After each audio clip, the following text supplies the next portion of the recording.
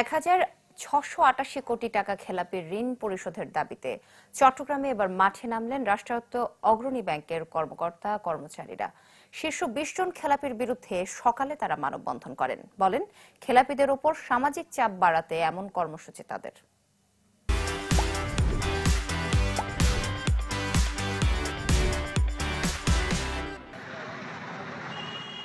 বৃষ্টি শিল্প ও ব্যবসা প্রতিষ্ঠান অগ্রণী ব্যাংক চট্টগ্রাম অঞ্চলের বিভিন্ন শাখা থেকে গত ১৫ বছরে যে ঋণ নেয় তা এখন সুদে আসলে দাঁড়িয়েছে ১,৬৮৮ কোটি টাকায়, যা এখন খেলাপি।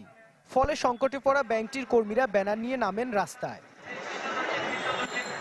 চট্টগ্রাম প্রেস ক্লাবের সামনে মানববন্ধনে ব্যাংকটির কর্মকর্তারা বলেন, বিগত সরকারের সময়ে নানা চেষ্টা করলেও প্রভাবশালীদের কারণে বিপুল এই খেলাপি ঋণ আদায় করা যায়নি।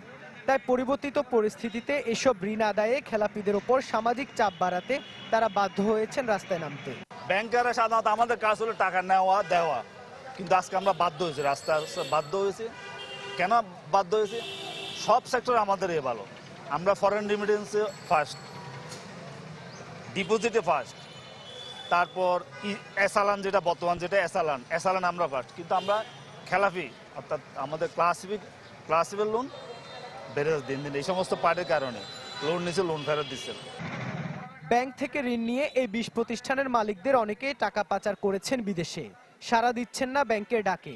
তাই অর্থ আদায়ে সরকারকে কঠোর হওয়ার আহ্বান জানান কর্মীরা।